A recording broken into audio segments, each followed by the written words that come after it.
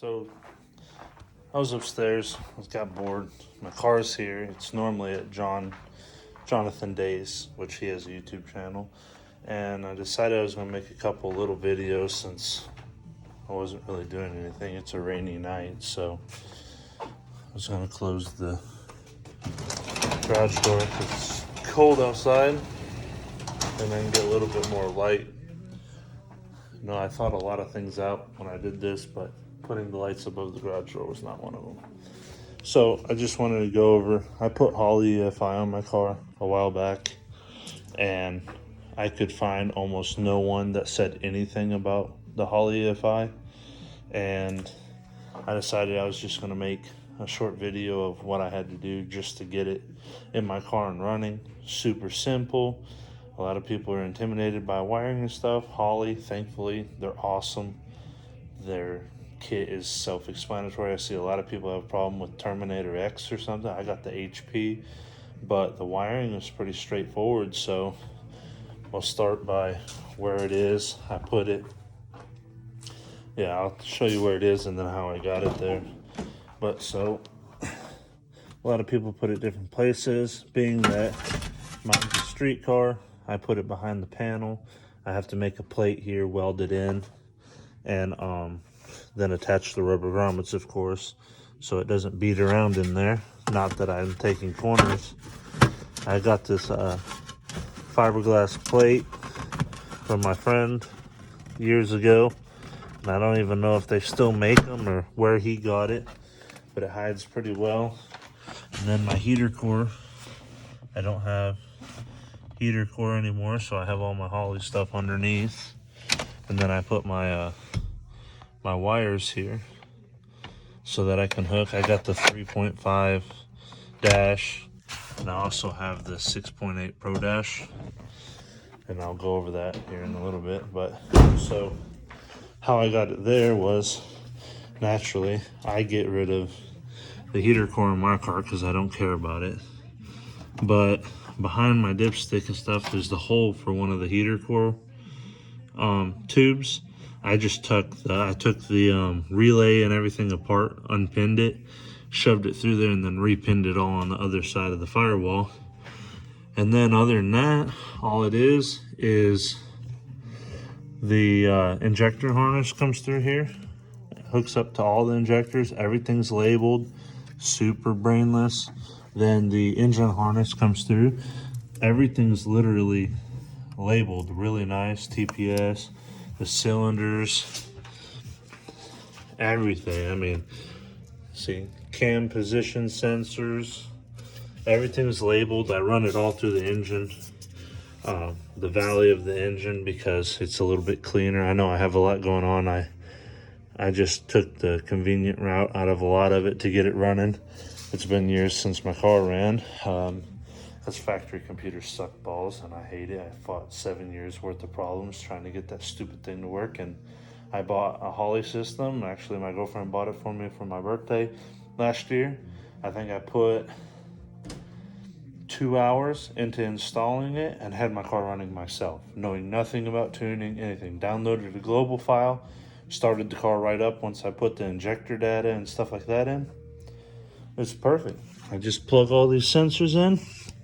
And then one thing I did have to do is when I gutted the engine harness, I just undid the wires for the alternator, the Excite wire and the, I guess it's Excite and 12 volt reference or whatever wires out of the factory harness. And then the main cable and ground I took out of the factory harness and left them here for the time being, because I wanted to power all of my stuff inside, but I gutted everything. So it's still hooked to the factory fuse panel.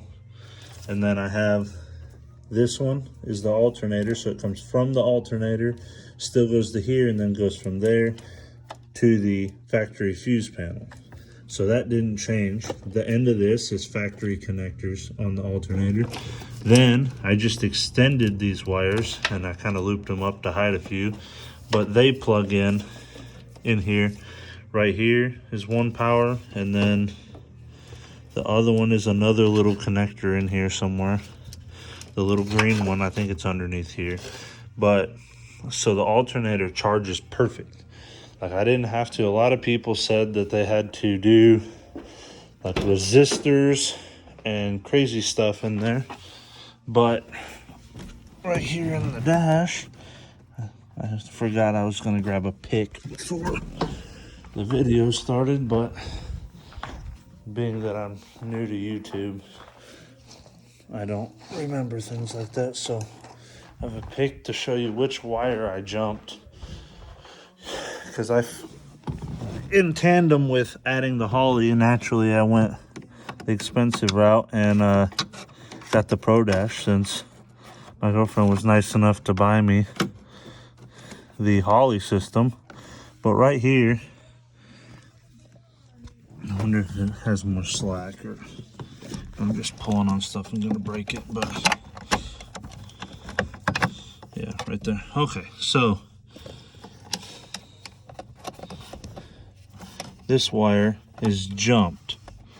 It goes from pink with black on the engine harness side, and then this is what plugs into the back of your gauges. I went from pink with black to green with red stripe to pink with black stripe, and I just jumped it, tucked it up under there so you can't see nothing. Now you can see it naturally because I went pulling on it. But so I did that. I put the ECU there, run everything. All you do is hook up your injector drivers, hook up everything. Then if you have your battery in a factory location, you take the supplied power harness, and I bought a red top purposely with the 2 forward posts so that the ECU was on its own clean power and ground. And I run the wires. You can see now that I kind of cut a hole in the box. Can't see nothing. But the Optima has the 2 posts right here, and I have the ECU wires run to the post. I don't know how to turn flash on, but you get the gist. There's a red and a black wire from the ECU, and it goes to the red and black terminals. And then literally it was just, I had the 3.5-inch dash to begin with before the Pro Dash, because the 6/8 just came out like a week of me getting this. And I had the 3.5 dash, and I went on there, got the global file, downloaded it to ECU, car started right up, no problems. Then I just had a local shop do a calibration for safe, and then I've just been researching on the internet and just slowly tweaking it. And then I added E85, and I had the shop recalibrate it for E85 with an E85 sensor, which I've put right here. It's up in there. I wonder if I can get, man, it's really, wish this thing would go flash while you're doing it. But right here is the Pace Performance E85 sensor. It's a GM sensor with the Sloppy Mechanics E85 sensor harness that plug and plays straight to the Holley. It plugs right into your power tap. If you have the newer Holley harness, there's already a power tap. Plugs right in there. You plug one input from your Holley on there. You have your E85 sensor. Then you just set it up in the computer, and I've been E85 for 6-8 months now, and 0 issues. Car runs amazing. Car's running. You can sit here and put your hand on it. It's cool, doesn't overheat, runs about 185 degrees. And then the only other thing people worry about is what stops working when the Holley EFI gets put on there. And I haven't had anything. I've not done anything extra except for the alternator wire, because my battery was here for a long time. That's why these aren't jumped back and cleaned up yet, is I just put it back here. And then I run the wire from the alternator, which naturally my alternator's relocated. That's why I extended those wires. But I run the wire from the alternator to the battery, factory wire up to the factory terminals, and I think it's called the CCRM, the little module right here in the engine bay. It controls the fans. I did nothing to it, even after deleting the dash. I turn the key, CCRM turns on, fans turn on, high and low fan with temperature. So overall, it was a pretty painless install. I think the only other thing I did was I had to have them wire in a 3-bar map sensor, because the kit, I guess, came with a 1-bar, and one time I was like 18 psi, so we put a 3-bar on there so we didn't have to worry about it. But I hope this video helps. If anyone else has any questions or concerns, I can go over anything else with you. Trying to think of anything else that I did Holley wise. They have one, depending on your setup. The only other thing that should be brainless is the Holley sends a green wire back to the back of the engine. I don't know if you can see, but they send a green wire to power your fuel pumps. Well, I have the dual return style pumps from 4 Innovations, their whole kit. And so I actually extended the Holley wire with some blue wire. And this one is controlling the main pump with the Holley, or secondary pump with the Holley, so that if anything ever happens with turning the key on and this pump frying or going down because of regular car problems, the Holley will power up and make up the difference, because I think I'm at like 30% duty cycle or something. Like, it's nothing. So I'm assuming I've not had any issues, but the Holley should catch it and power up that second pump at full blast as needed. So, and then I gotta, of course, tidy up all my wires. I just literally just put that bulkhead in, rewired everything just to drive it around. We had Cars and Coffee coming up, so if you guys have any other questions,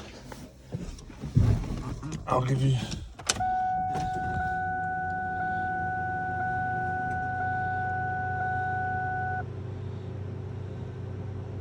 This thing is badass.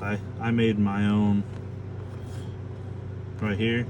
I run everything. I run my coolant temp, my battery, AFR, flex fuel, percentage, my RPM. This actually is my GPS module that comes with the Pro Dashes, and it'll give me my mile per hour, oil pressure, because that's important, boost and PSIG, and go back. Stop. Put that back. I'm messing with stuff. But I'm pretty sure I have fuel pressure, ignition, time. What is that one? Oh, my map.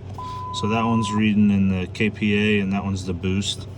But everything works really good. And I'm working on 2-3 cars, and I recommend nothing but Holley FI on them. I pretty much don't even want to touch people's cars unless they go E85. Or not E85, but Holley HP.